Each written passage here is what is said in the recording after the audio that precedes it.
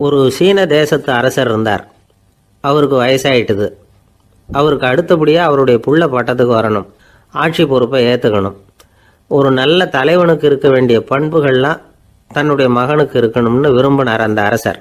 அதனால் இளவரசனை பக்கத்தில் இருந்த ஒரு குரு கிட்ட அனுப்புனார். இளவரசன் அவர்கிட்ட போய் சேர்ந்தான். அந்த குரு என்ன பண்ணார் தெரியுமா? இவனை பார்த்து சொன்னார், இதை பாருப்பா, நீ என்ன பண்ணுற, இப்போவே பக்கத்தில் இருக்கிற காட்டுக்கு போ, நடுக்காட்டில் போய் ஒரு இடத்துல உட்காந்துக்கோ. அங்கே என்னென்ன சத்தம்லாம் உன் காதில் விழுதுன்னு கவனித்து கேளு. உன் காதில் விழுந்த ஓசைகள் என்னென்னங்கிறத என்கிட்ட வந்து சொல்லு, அதுதான் எனக்கு தெரியணும், உனக்கு வேலையும் அதுதான் அப்படின்னு சொல்லி அனுப்பி வச்சுட்டார். இளவரசன் காட்டுக்கு போனான். குரு சொன்னபடியே ஒரு இடத்துல உட்காந்து கவனித்து கேட்டான். அதுக்கப்புறம் குருக்கிட்ட திரும்பி வந்தான். என்னென்ன சத்தம்லாம் கேட்ட அப்படின்னு கேட்டார் குரு. குருவே, காட்டில் நான் பறவைகள் சத்தம்லாம் கேட்டேன், மிருகங்களின் ஓசையையும் கேட்டேன், இதை தவிர இடி மின்னல் மழை இதுகளோட சத்தத்தையும் கேட்டேன் அப்படின்னா. குரு யோசனை பண்ணார், நீ இன்னமும் சரியாக கேட்கல, அதனால் மறுபடியும் காட்டுக்கு போ, கொஞ்ச நாள் தங்கியிருந்து கேட்டுட்டு வா அப்படின்னார். இளவரசனுக்கு ஒன்றும் புரியல. இருந்தாலும் குருவின் கட்டளையாச்சே, மறுக்க முடியுமா? உடனே அவன் மறுபடியும் காட்டுக்கு போனான். ஒரு இடத்துல உட்காந்தான். கொஞ்ச நேரம் உன்னிப்பாக கவனித்து கேட்டான். சில நாள் கழித்து குருக்கிட்ட திரும்பி வந்தான். குருவே, இந்த தடவை சில துல்லியமான சத்தங்களை எல்லாம் கேட்டான். தேனி பறக்கிற சத்தம், நீரோடையின் மெல்லிய ஓசை, இதெல்லாம் கேட்டேன்னா. குரு சிரிச்சார். நீ மறுபடியும் காட்டுக்கு போ, இன்னும் சில நாள் அங்கே இரு, முழுமையாக கவனமாக கேட்டுக்கிட்டு வா அப்படின்னு சொல்லி அனுப்பி வச்சுட்டார். இளவரசனுக்கு குழப்பம் அதிகமாயிட்டுது. ஒன்றுமே புரியல. மறுபடியும் காட்டுக்கு போனான்.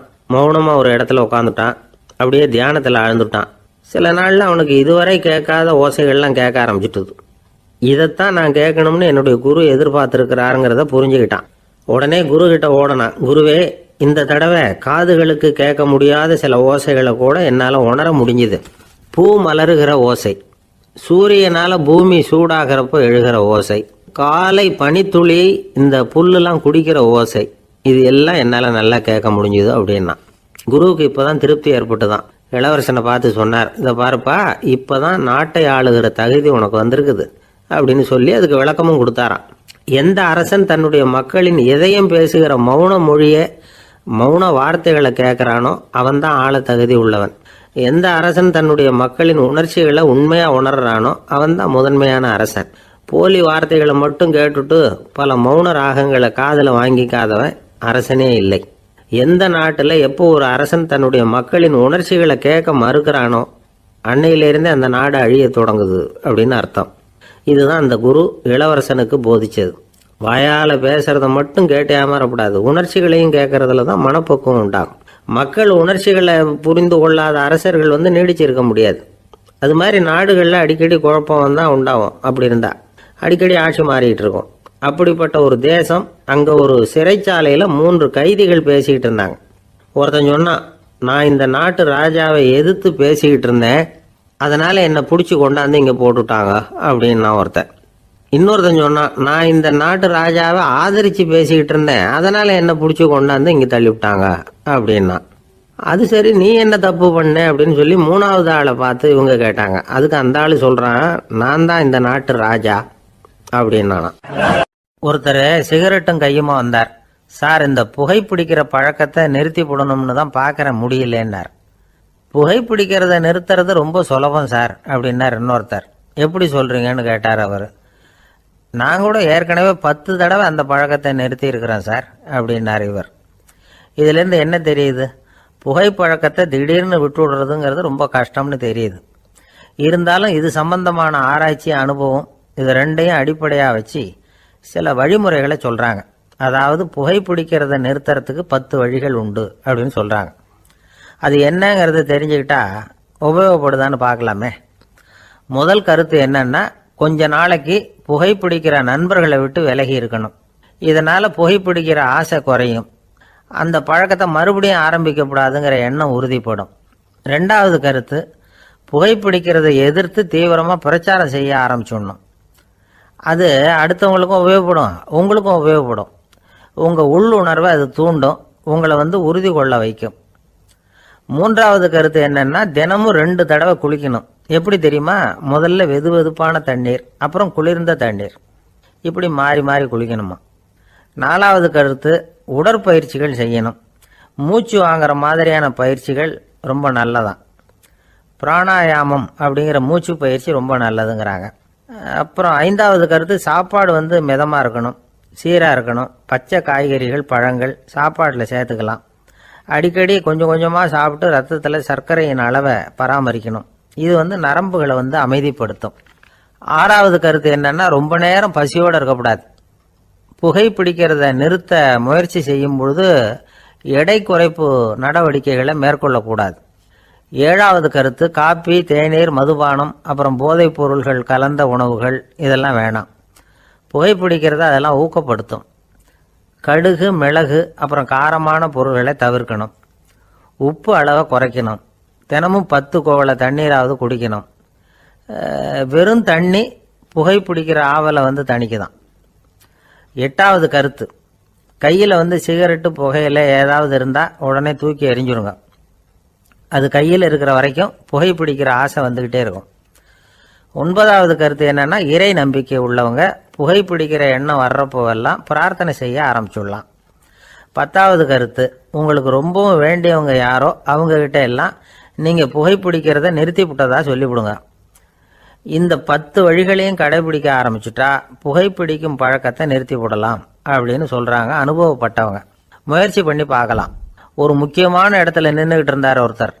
அங்கே இன்னொருத்தர், ஏன் சார் இந்த இடத்துல சிகரெட் பிடிக்கலாமா அப்படின்னு அனுமதி கேட்டார். இந்த இடத்துல சிகரெட் பிடிக்கக்கூடாதுங்க அப்படின்னாரு இவர். நீங்கள் இப்படி சொல்கிறீங்க, ஆனால் இந்த இடத்துல கீழே நிறைய சிகரெட் துண்டுகள் கிடக்குதே, அவங்கெல்லாம் யார்? அவங்கெல்லாம் உங்கள் மாதிரி என்கிட்ட அனுமதி கேட்காதவங்க அப்படின்னாராம் இவர். இந்த உலகத்தில் எவ்வளவோ உயிரினங்கள் இருக்குது. ஒவ்வொன்றும் ஒவ்வொரு விதமாக சண்டை போடுது. இப்போ 2 மாடு சண்டை போட்டுக்குதுன்னு வச்சுங்க, என்ன பண்ணும்? 2 முட்டிக்கும். அதுக்கு சண்டை போடுறதுக்கு ஆயுதமாக உபயோகப்படுறது அதோட கொம்பு. 2 சேவல் சண்டை போட்டுக்குதுன்னு வச்சுங்க, அதுக்கு ஆயுதமாக உபயோகப்படுறது அதோட கால் நகம். காலால் தான் அது ஒன்றோட ஒன்று சண்டை போட்டுக்கும். ஆனால் 2 மனுஷன் சண்டை போட்டுக்கிறான்னு வச்சுங்க, இவன் இன்னதை தான் ஆயுதமாக உபயோகப்படுத்துவான்னு குறிப்பிட்டு சொல்ல முடியாது. கல்லை எடுப்பான், கத்தி எடுப்பான், துப்பாக்கி எடுப்பான், என்ன வேணாலும் பண்ணுவான். வாயால் திட்டுவான், கையால் அடிப்பான், காலால் உதைப்பான், சகலகலா வல்லவன். விலங்குகள்லாம் பொதுவாக வாயை சாப்பிட்றதுக்கு மட்டும்தான் உபயோகப்படுத்துது. ஆனால் இவனுக்கு சாப்பிட்றதுக்கும் அதுதான், சாப்பிட்டு விட்டு திட்டுறதுக்கும் அதுதான். ஆனால் ஒரு விஷயத்தில் மட்டும் கெட்டிக்கிறேன். அதாவது நாம் சண்டை போட்டுக்கிட்டாலும் பரவாயில்லை, கோழிகள் சண்டை போடாமல் இருக்கணும் அப்படின்னு ஆசைப்படுறான். எதுக்காக? கோழிகள் சண்டை போடாமல் இருந்தால் நிறைய முட்டைகள் போடுமா, அதுக்காக தான் இந்த அக்கறை. கோழி பண்ணை வச்சிருக்கிறவங்களுக்கு இது ஒரு பெரிய பிரச்சனை. அதாவது பண்ணையில் இருக்கிற கோழிகளுக்குள்ளே அடிக்கடி சண்டை வந்துடும். அதனால் முட்டை உற்பத்தி குறைஞ்சிரும். சரி, இதுக்கு என்ன பண்ணுறது? பண்ணையில் போய் உட்காந்துக்கிட்டு தினமும் பஞ்சாயத்து பேசிகிட்டு இருக்க முடியுமா? அமெரிக்காவில் கோழி பண்ணை வச்சிருக்கிற ஒருத்தர் இதை பற்றி யோசனை பண்ணி பார்த்தாராம். ஒரு வழியையும் கண்டுபிடிச்சிருக்கார். கோழிக்கெல்லாம் மூக்கு கண்ணாடி மாட்டி விட்டுட்டோம்னா அது சண்டை போடுற குணம் குறைஞ்சிரும், முட்டை அதிகமாகிடும். அந்த கண்ணாடியில் உள்ள லென்ஸு சிவப்பு நிறத்தில் இருக்கணும், அவ்வளவுதான் அப்படின்னு அவர் கண்டுபிடிச்சாராம். இது ஏற்கனவே நடைமுறையில் கண்டுபிடிக்கப்பட்ட ஒரு விஷயம். ஆனால் எல்லா கோழிக்கும் சிவப்பு மூக்கு கண்ணாடி எப்படி மாட்டி விடுறது? அப்படியே மாட்டி விட்டாலும் அது நழுவாமல் இருக்கணுமே. இப்போ நாமெல்லாம் நடு விரலால் மூக்கு கண்ணாடி நடுவில் தொட்டு அப்படி ஸ்டைலாக சரி பண்ணிக்கிறோம். அது மாதிரி கோழி எப்படி சரி பண்ணிக்கும்? இதுதான் பிரச்சனை. இதுக்கு அவர் என்ன வழி கண்டுபிடிச்சாருன்னா, கோழிக்கெல்லாம் மூக்கு கண்ணாடிக்கு பதிலாக விழியொட்டு வில்லைகள், கான்டாக்ட் லென்ஸ், அதை பொருத்தி விட்டா என்ன அப்படின்னு யோசனை பண்ணார். அதே மாதிரி பண்ணார். அதே மாதிரி செஞ்சு பார்த்தார், வெற்றி. அதுக்கப்புறம் கோழியெல்லாம் சண்டை போட்டுக்கலையாம், சமாதான பிரியர்கள் ஆகிட்டு தான். கோழிகளுக்கு இயல்பாகவே சண்டை போடுற குணம் உண்டு. ஆனால் அதோட கண்ணுக்கு பார்க்குற பொருள்லாம் ரோஜா நிறத்துலையோ அல்லது இன்னும் சொல்ல போனால் அழுத்தமான சிவப்பு நிறத்துலையோ தெரிஞ்சதுன்னா சண்டை போடுற குணம் குறைஞ்சிருதான். அந்த சமயத்தில் அது அதிகமாகவும் முட்டையிட ஆரம்பிச்சுடுதான். அதே நேரத்தில் இறை எடுக்கிறத கூட குறைச்சிக்குதான். இது ஏன் இப்படி பண்ணுதுங்கிறது விஞ்ஞானிகளுக்கு இன்னமும் புரியலையா. எப்படியோ அமெரிக்க கோழிகள்லாம் கான்டாக்ட் லென்ஸ் பொருத்திக்க ஆரம்பித்தாச்சு. கோழி கழுத்தை பிடிச்சிக்கிட்டு ஒரு சில வினாடிகளில் அதை பொருத்தி விட்றாங்களாம். கோழியோட ஆயுள் பூரா அது அப்படியே இருக்குமா. பண்ணையில் முட்டை உற்பத்தி குறைஞ்சா இது மாதிரி விஞ்ஞானபூர்வமாக பரிகாரம் தேடுறது தான் நல்லது. நமக்கு வேண்டியப்பட்ட ஒருத்தர், அவர் ஒரு கோழி பண்ணை வச்சுருந்தார். அந்த பண்ணையில் பாதி கோழி திடீர்னு செத்து போச்சு. உடனே ஒரு கால்நடை மருத்துவர்கிட்ட போக வேண்டியது தானே. அங்கே போகல. உள்ளூரில் மந்திரம் பண்ணிகிட்டு இருந்த ஒரு சாமியார்கிட்ட போனார். அவர் காலில் விழுந்தார். சாமி, என் பண்ணையில் பாதி கோழி செத்து போட்டுதுன்னார். சாமியார் யோசனை பண்ணார். சரி, பண்ணையில் வாசப்படி கிழக்கு பக்கமாக வச்சுருக்கியா மேற்கு பக்கமாக வச்சுருக்கியான்னு கேட்டார். கிழக்கு பக்கமாக இருக்குன்னார் அவர். அதுதான் தப்பு, மேற்கு பக்கமாக அதை மாற்று சரியாக போடும்னாராம். அதே போல் இவர் போய் மாற்றிவிட்டார். அப்பவும் பாதி செத்து போச்சு. மறுபடியும் வந்து சொன்னார், சாமி மறுபடியும் பாதி கோழி செத்து போட்டுதேன்னார். சரி, கூரை எப்படி போட்டிருக்க, ஓடு போட்டிருக்கியா இல்லை கீத்து போட்டிருக்கியான்னார். ஓடு போட்டிருக்கேன்னாராம் அவர். அதுதான் தப்பு, கீத்து போட்டுரும் சரியாக போடும்னாராம். சரின்னு போய் அதையும் மாற்றி பார்த்தார். மறுபடியும் போயிட்டுது, கோழி செத்து போச்சு. வந்தார், மறுபடியும் பாதி செத்து போச்சு சாமின்னு வந்தார். இவரும் யோசனையை மாற்றி மாற்றி சொல்லிகிட்டே இருக்கிறார். இப்படி அவரும் மாற்றி மாற்றி பார்த்தார். 6வது தடவையாக அவரை தேடிட்டு வந்தார்.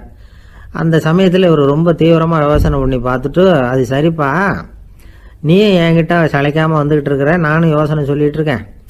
இப்பவும் வந்து உங்ககிட்ட சொல்கிறதுக்கு என்கிட்ட யோசனை நிறையா இருக்குது, ஆனால் சோதிக்கிறதுக்கு உங்ககிட்ட கோழி இல்லையே, என்ன பண்ணுறது அப்படின்னாராம் இவர். சில பேரை இப்படி சொல்கிறது உண்டு. அடுத்தவங்களை அனுசரித்து நடந்துக்க தெரியல, அவன் என்ன சார் மனுஷன் அப்படிம்பாங்க. சக மனிதர்களோட எப்படி பழகிறது அப்படின்னு தெரியாததுனாலேயே பல பேர் இன்னைக்கு சங்கடப்பட்டுக்கிட்டு இருக்கிறாங்க. வசதி வாய்ப்பெல்லாம் சரியாக இருக்கும், ஆனால் வாழ்க்கை சரியாக இருக்காது. இன்னொருத்தர்கிட்ட எப்படி பேசுறது பழகிறதுங்கிறது தெரியாததுனால தான் இந்த அவஸ்தை. சரி, இந்த அவஸ்தை இல்லாமல் வாழறது எப்படி? இதுக்கு அனுபவசாலிகள் சில வழிமுறைகளை சொல்கிறாங்க. அதெல்லாம் என்னென்னங்கிறத இப்போ தெரிஞ்சுக்குவோம். முதல்ல நம்ம நாக்கு நம்ம கண்ட்ரோலில் இருக்கணும். வார்த்தைகளை வந்து கொட்டி விட்டு அதுக்கப்புறம் அள்ள முடியாமல் கிடந்து கஷ்டப்படக்கூடாது. எப்படி பேசுகிறோங்கிறதும் முக்கியம், பேசுகிறப்ப எப்படி முகத்தை வச்சிருக்கிறோங்கிறதும் முக்கியம். அன்பாக பேசினாலும் நல்லா இருக்கும். அப்படி பேசுகிறப்ப ஆதரவாக அவர் தோள் மேலே ஒரு கையை போட்டுக்கிட்டு பேசினா இன்னமும் நல்லா இருக்கும். 2வது விஷயம், இன்னொருத்தர்கிட்ட பேசுகிறப்போ வாக்குறுதிகளை அள்ளி வீசக்கூடாது. கொடுக்குற வாக்குறுதி குறைச்சலாக இருக்கணும். அப்படி கொடுத்த வாக்குறுதியை கண்டிப்பாக நிறைவேற்றணும். நாம் ஒருத்தரை பாராட்டுறோம் அல்லது அவரை பற்றி அபிப்பிராயம் சொல்கிறோம்னா அது ஆக்கப்பூர்வமாக இருக்கணும். நம்ம பாராட்டு அல்லது விமர்சனம் அடுத்தவருடைய முன்னேற்றத்துக்கு உதவுறது மாதிரி இருக்கணும். நாம் சொல்கிறத கேட்டுட்டு அவன் தலையில் கையை வச்சுட்டு உட்காந்துடக்கூடாது. எப்பவும் உற்சாகமாக இருக்கணும், முகம் மலர்ச்சியாக இருக்கணும். மனுஷன் இருந்தால் வருத்தம், கவலை, ஏமாற்றம் எல்லாம் இருக்க தான் செய்யும். அதெல்லாம் மனசில் இருக்கட்டும். அந்த வருத்தமும் கவலையும் ஏமாற்றமும் சேர்ந்துக்கிட்டு நம்ம முகத்தில் இருக்கிற மலர்ச்சியை மூடி மறைக்கிறதுக்கு நாம் இடம் கொடுத்துடக்கூடாது. எந்த விஷயத்தை பற்றி யாருக்கிட்ட பேசினாலும் வெளிப்படையாக பேசணும், திறந்த மனசோட பேசணும். மூடி மறைச்சி முன்னு மூங்கிக்கிட்டு இருக்கக்கூடாது. இன்னொருத்தர்கிட்ட பேசுகிறப்போ விவாதம் பண்ணுங்க, அது தப்பு இல்லை, ஆனால் வாதாடிக்கிட்டு இருக்கக்கூடாது. அதாவது என்ன சொல்கிறாங்கன்னா, டிஸ்கஸ் பண்ணலாம், ஆர்கியூ பண்ணக்கூடாதான். நம்மக்கிட்ட இருக்கிற நல்ல குணங்களை நாம் எடுத்து சொல்லிகிட்டு இருக்கக்கூடாது. அந்த நல்ல குணங்களே நம்மளை பற்றி எடுத்து சொல்லணும், அது மாதிரி நடந்துக்கணும். அதே மாதிரி அடுத்தவங்க கிட்ட உள்ள கெட்ட குணங்களை பற்றி அவசியம் இல்லாமல் நாம் பேச வேண்டியதில்லை. உங்களை பற்றி யாராவது தப்பாக பேசுகிறாங்களா, அப்படி அவங்க பேசுகிறதுல உண்மை இல்லையா அப்படின்னா அதை நீங்கள் பொருட்படுத்த வேண்டியதில்லை, விட்டுடலாம், அது தானாக போயிடும். ஒரு 4-5 பேரோட பேசிக்கிட்டு இருந்தீங்கன்னா எல்லாருக்கும் முக்கியத்துவம் கொடுங்க, யாரையும் அலட்சியப்படுத்தாதீங்க. தமாஷா பேசலாம், ஆனால் உங்கள் தமாஷ் வந்து அடுத்தவங்களை வந்து கேலி பண்ணுறதா இருக்கக்கூடாது. நமக்கு கிடைக்க வேண்டியது கிடைக்கலையே அப்படிங்கிற தவிப்பு நம்மக்கிட்ட இருக்கக்கூடாது, அது தேவையில்லை. உங்கள் செயல்பாடுகள் தெளிவாக இருக்கட்டும், பாராட்டு தானாக அவங்கள தேடிட்டு வரும். இன்னொரு மனுஷனுடைய மனசில் கௌரவமான ஒரு இடத்த பிடிக்கணும்னா நாம் இந்த குணத்தை எல்லாம் நம்மக்கிட்ட வளர்த்துக்கணும். இதெல்லாம் வந்து அனுபவசாலிகள் சொல்லியிருக்கிற குறிப்புகள். இந்த குறிப்புகளை வந்து சரியாக புரிஞ்சுக்கணும், அது முக்கியம். தப்பாக புரிஞ்சுக்கிட்டா என்ன ஆகும் தெரியுமா? இதை கேளுங்க. ஒருத்தர் வந்தார், சார் அடுத்தவங்க தோள் மேலே கையை போட்டுக்கிட்டு அன்பாக பேசணும்னு சொன்னீங்க, அப்படி தான் பேசினேன். அவர் முதுகை கூட தட்டி கொடுத்தேன், என் வேலை போயிட்டுது சார், வீட்டுக்கு அனுப்பிச்சிட்டாங்க அப்படின்னார். யாருக்கிட்ட அப்படி பேசுனீங்கன்னு கேட்டோம். என் முதலாளிகிட்ட சார் அப்படிங்கிறார் ரொம்ப சோகமாக. ஆஃபீஸில் வேலை பார்க்குற ஒருத்தர் வந்தார். பேசாமல் ஒரு 10 நாள் லீவு போட்டுடலாமா பார்க்குறேன் அப்படின்னார். ஏன்னு கேட்டோம். என்னுடைய மேலதிகாரி ஒரு முசுடு சார், அவர்கிட்ட வேலை பார்க்குறது ரொம்ப கஷ்டமாக இருக்குது அப்படின்னார். ஆஃபீஸில் வேலை பார்க்குறவங்கெல்லாம் ஒரு விஷயத்தை நல்லா ஞாபகத்தில் வச்சுக்கணும். மேலதிகாரிங்கிறவர் ஒரு பெரிய மகான் இல்லை, அவரும் ஒரு மானிட பிறவி தான். சராசரி மனுஷனுக்குள்ள பலம் பலவீனம் ரெண்டும் அவருக்கும் உண்டு. அதனால் அவரை கொஞ்சம் அனுசரித்து போகிறதுக்கு பழகிறது தான் நல்லது. மேலதிகாரிகளில் பல வகை உண்டு, அதில் முக்கியமாக 3 வகை. அதில் ஒரு வகை எப்படி தெரியுமா? உங்களை ஒரு வேலை செய்கிற மெஷினாக மட்டுமே நினைக்கக்கூடிய வகை. இவங்கெல்லாம் எப்படின்னா, எங்கேயாவது வெளியூர் போயிருந்தா கூட அங்கேருந்து ஃபோன் பண்ணுவாங்க, அந்த வேலை என்னாச்சு, இந்த வேலை என்னாச்சு அப்படின்னு. இவங்களுக்கெல்லாம் உங்கள் நலனை பற்றியோ உங்கள் குடும்பத்தை பற்றியோ அக்கறை இருக்காது. நீங்கள் சொல்கிற யோசனை எதுவும் இவங்ககிட்ட எடுபடாது. கொடுத்த வேலையை பாரு, நீ எனக்கு புத்தி சொல்ல வேணாம் அப்படிம்பாங்க. இவங்களை அனுசரித்து போகிறதுக்கு ஒரே வழி, இவங்க எதை சொன்னாலும் சரின்னு சொல்லிவிட்டு வேலையை கவனிக்க வேண்டியது தான். இவங்ககிட்ட வேற எந்த கேள்வியும் கேட்டுக்கிட்டு இருக்கக்கூடாது. ஆமாம் சாமி போடுறது கௌரவ குறைச்சல் இல்லை, அது ஒரு அலுவலக சௌகரியம், அவ்வளவுதான். இன்னொரு வகையான மேலதிகாரிகள் எப்படி தெரியுமா? இவங்கெல்லாம் ஆஃபீஸ் வேலையை பற்றி அதிகமாக கவலைப்பட்டுக்கிட்டு இருக்க மாட்டாங்க. தங்களுடைய சொந்த இமேஜ் பாதிக்கப்படக்கூடாதுங்கிறதுலையே கவனமாக இருப்பாங்க. இவங்கெல்லாம் அடிக்கடி உங்கள் நலனை விசாரிப்பாங்க. அதே மாதிரி நீங்களும் அவரை விசாரிக்கணும்னு எதிர்பார்ப்பாங்க. இந்த ரக அதிகாரிகளுக்கெல்லாம் புது வருட வாழ்த்து அனுப்பலாம், பிறந்தநாள் வாழ்த்து அனுப்பலாம். அவருக்கு எங்கேயாவது ஒரு பாராட்டு விழா நடந்தால் முதல் வரிசையில் போய் உட்காந்து உங்கள் முகத்தை காட்டலாம். ஆஃபீஸ் வேலையை மட்டுமே பார்க்குற பணியாளர்கள் இது மாதிரி அதிகாரிகள் கிட்ட நல்ல பேர் வாங்க முடியாது. இன்னொரு வகையான மேலதிகாரிகள் உண்டு. அவங்க எப்படின்னா, ஆஃபீஸ் வேலையை பற்றியும் கவலைப்பட மாட்டாங்க, தனக்கு கீழே வேலை பார்க்குறவங்கள பற்றியும் கவலைப்பட மாட்டாங்க. எக்காரணம் கொண்டும் தன்னுடைய பொசிஷனுக்கு ஆபத்து வந்துடக்கூடாதுன்னே நினைக்கக்கூடியவங்க இவங்க. இவங்களால கடுமையான வேலை செய்யவும் முடியாது, தீர்மானிக்கவும் முடியாது. எந்த முடிவையும் எடுக்காம அப்படியே தள்ளி போட்டுக்கிட்டே போடுவாங்க எல்லாத்தையும். இதனால என்ன ஆகும்னா, இவருக்கு கீழே வேலை பார்க்குற உங்களுக்கு பொறுப்பு அதிகமாயிடும். இவங்க கிட்ட போய் பிரச்சனையை மட்டும் சொல்லி பிரயோஜனம் இல்லை, அதுக்கான முடிவுகளை நீங்களே சொல்லணும். அப்போதான் இது மாதிரி அதிகாரிகள் கிட்ட நல்ல பேர் வாங்கலாம். அட்லீஸ்ட் கெட்ட பேர் வாங்காமலாவது காலம் தள்ளலாம். ஆஃபீஸில் வேலை பார்க்குறவங்க முக்கியமாக சில விஷயங்களை ஞாபகத்தில் வச்சுக்கணும். ஆஃபீஸில் நடக்கிற நல்லது கெட்டது எதுவாக இருந்தாலும் உடனடியாக மேலதிகாரிகிட்ட தெரிவிக்கிறது நல்லது. மூன்றாவது மனிதர் மூலமாக அதை அவர் தெரிஞ்சுக்கிறது அவ்வளவு நல்லதில்லை. எந்த மேல் அதிகாரியுமே தான் இந்த சர்பாஸ் செய்யப்படுறத விரும்புறதில்லை. அதனால் அவருக்கு தெரியாமல் மேலிடத்துக்கு மணி எழுதி போடக்கூடாது. அப்படி எழுதி போடுறவங்க சில பேர் இருக்கிறாங்க. நீங்களும் உங்கள் மேலதிகாரியும் தொழில் ரீதியாக ஒரே படிப்பு படித்தவராக இருக்கலாம். அப்படி இருந்ததுன்னா அட்ஜஸ்ட் பண்ணி போகிறது கொஞ்சம் கஷ்டம்தான். இதை மனசில் வச்சுக்கிட்டு நடந்துக்கணும். உங்களுக்கும் அவருக்கும் அபிப்பிராய பேதமா, அது அவருக்கும் உங்களுக்கும் உள்ள தனிப்பட்ட பிரச்சனை, அதை விளம்பரப்படுத்திக்கிட்டு இருக்கக்கூடாது. அது அவருடைய கோபத்தை கிளறும். உங்கள் மேலதிகாரி உங்கள் கூட படித்தவராக இருக்கலாம், அதுக்காக அவரை எல்லாருக்கும் முன்னாடி அடைய கிச்சாமி எப்படா இருக்க அப்படின்லாம் கேட்டுக்கிட்டு இருக்கக்கூடாது. பொதுவாக யாரும் அதை விரும்புறதில்லை. இவ்வளவையும் உங்கள் மனசில் வச்சுக்கிட்டு கொஞ்சம் சாமர்த்தியமாக நடந்துக்கிட்டீங்கன்னா ஆஃபீஸ் உங்களுக்கு அவஸ்தையாக இருக்காது, ஆனந்தமாக இருக்கும். ஒரு மேலதிகாரி தன்கிட்ட வேலை பார்க்குற ஒருத்தரை பற்றி ரொம்ப பெருமையாக சொன்னாராம். எங்கள் ஆஃபீஸில் எவ்வளவோ பேர் வேலை பார்க்குறாங்க, எல்லாரும் தினமும் ஏதாவது பிரச்சனைகளை சொல்லிகிட்டு இருப்பாங்க. ஆனால் இவர் ஒருத்தர் மட்டும்தான் இது வரைக்கும் என்கிட்ட எந்த பிரச்சனையும் சொன்னதே இல்லை. அவர் பாட்டுக்கு வருவார், வேலை பார்ப்பார், போயிடுவார் அப்படின்னாராம். நான் உடனே அவ்வளவு பெருமைக்குரிய அந்த ஊழியரை பார்த்து கேட்டேன், ஏன்பா உன்னுடைய மேலதிகாரிகிட்ட நீ எந்த பிரச்சனையும் கொண்டுகிட்டு போகிறதே இல்லையாமே அப்படின்னு கேட்டேன். அதுக்கு அவர் சொல்கிறாரு, ஆமாங்க, அது ஏன்னா அவரால் எந்த பிரச்சனையுமே தீர்க்க முடியாதுங்கிறது எனக்கு நல்லா தெரியும், அதனால் அப்படி செய்கிறேன், வேற ஒன்றும் இல்லை அப்படின்னார் ரொம்ப பொறுமையாக. இந்த உலகமே ஒரு நாடக மேடை, நாம் எல்லாரும் நடிகர்கள். இது ஞானிகள் சொல்கிறது. இது ஒரு பக்கம் இருக்கட்டும். இந்த உலகத்துக்குள்ள எத்தனையோ நாடக மேடைகள், எத்தனையோ நடிகர்கள், எத்தனையோ நாடகங்கள், இதெல்லாம் எப்படி ஆரம்பமாச்சு? அதுதான் இன்னைக்கு தகவல். அதாவது ஆதி மனிதன் பேச ஆரம்பிக்கிறதுக்கு முன்னாடி சைகையாலேயே எல்லாத்தையும் சொல்லிக்கிட்டு இருந்தான். அதனால் அப்போவே நடிப்பு ஆரம்பமாயிட்டுது. முதல்ல ஒரு வேட்டையைத்தான் அவன் நடித்து காட்டியிருப்பான். இவன் எப்படி போனான், எதிரில் மிருகம் எப்படி வந்தது, அதோட எப்படி சண்டை போட்டான், எப்படி அடித்து கொண்டுகிட்டு வந்தான், இதை அப்படியே மற்றவங்களுக்கு நடித்து காட்டியிருப்பான். ஏன்னா மொழி கிடையாது. இந்த காலத்துல எல்லாம் நாடகங்களில் நடிக்கிறவங்கள நடிகர்கள்ங்கிறோம். ஒரு காலத்தில் இவங்களுக்கு என்ன பேர் தெரியுமா? திஸ்பியர்கள் அப்படின்னு பேராம். இதுக்கு காரணம் உண்டு. அதாவது 2000 வருஷத்துக்கு முன்னாடி கிரீஸ் நாட்டில் திசிவியஸ் அப்படின்னு ஒரு ஆள் இருந்தான். அவன் ஒரு பெரிய நாடக கலைஞன். அவன் சில இளைஞர்களை சேர்த்துக்கிட்டான், பயிற்சி கொடுத்தான், நாடக குழுவை உருவாக்கினான். நடிகர்களையும் நாடகத்துக்கு தேவையான பொருள்களையும் ஏற்றிக்கிட்டு போகிறதுக்கு ஒரு வண்டியையும் தயார் பண்ணான். அந்த வண்டியிலேயே அவன் கிரேக்க நாடு பூராவும் சுற்றினான். ஊர் ஊராக நாடகம் போட்டான். ஒரு ஊருக்கு போனதும் அங்கே நாடகம் நடத்த தியேட்டர் இருக்கா அப்படிங்கிறதெல்லாம் பார்க்கறது இல்லை அவன். ஏன்னா அப்போலாம் தியேட்டர்னா என்னென்ன தெரியாது. நாடகம்னா அது ஒரு மூடிய கொட்டைக்குள்ளே தான் நடத்தணுங்கிறது அப்போ யாருக்குமே தோணலை.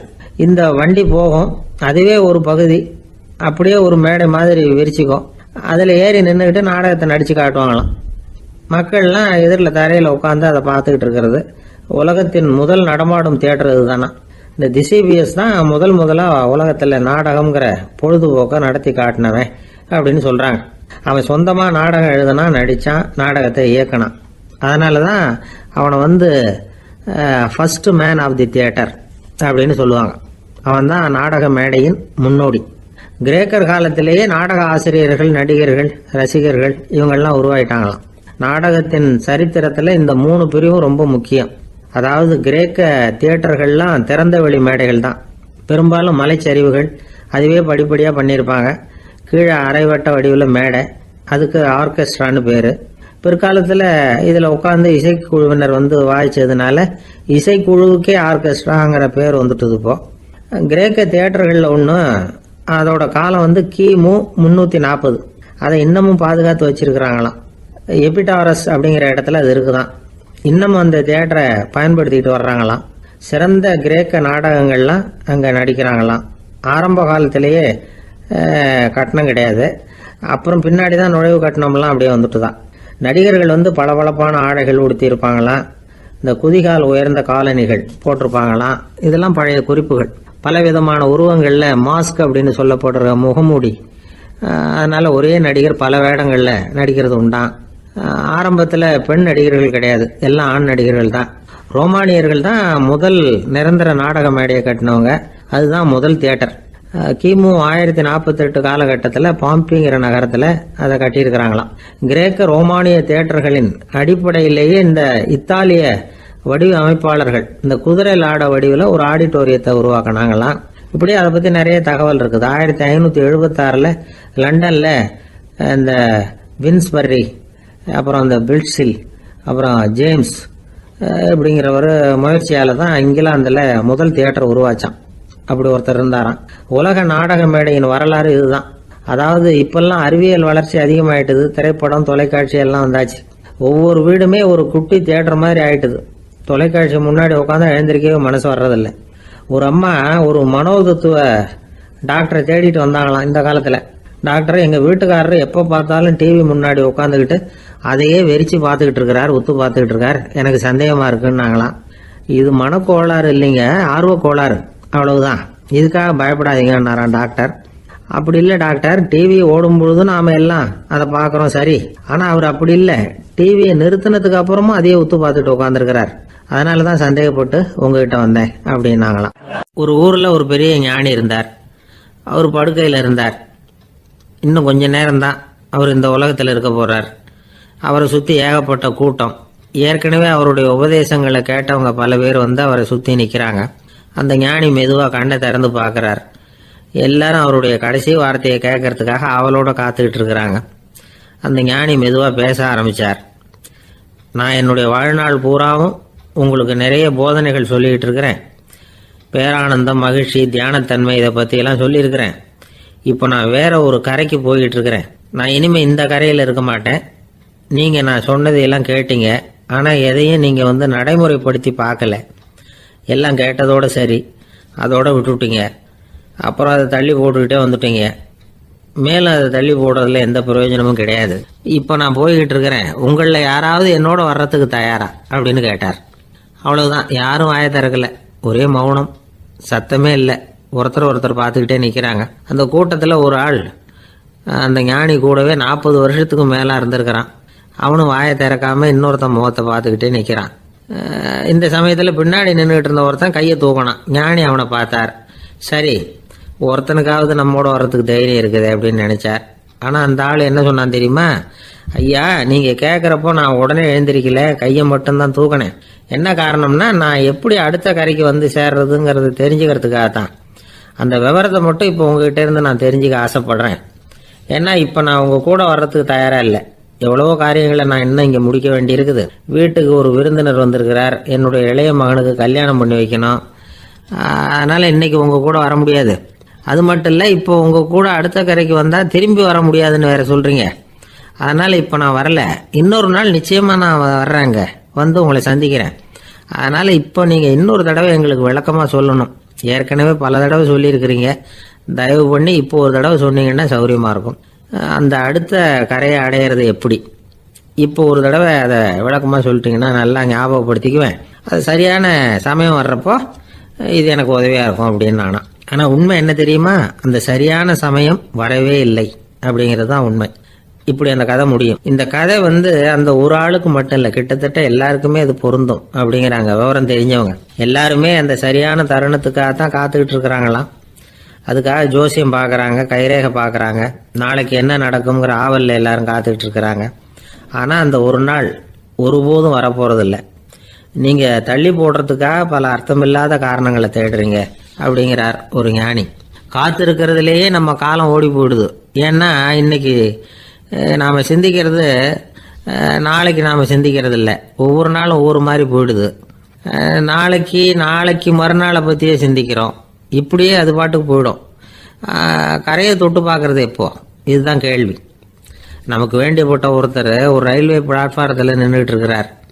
அங்கே இருக்கிறவங்க கிட்ட கேட்குறாராம், விசாரிக்கிறார். ஏங்க கிழக்க போகிற ரயில் போயிட்டுதுங்களான்னாராம். போயிட்டுதுன்னு இருக்கிறாங்க. கொஞ்ச நேரம் கழிச்சு ஏங்க மேற்க போகிற ரயில் போயிட்டுதுங்களான்னு கேட்டிருக்காரு. போயிட்டுதுங்களான் இருக்காங்க. அப்புறம் கொஞ்ச நேரம் கழிச்சு மறுபடியும் ஏங்க 10:30 மணி வண்டி போயிட்டுதான்னு கேட்டிருக்காரு.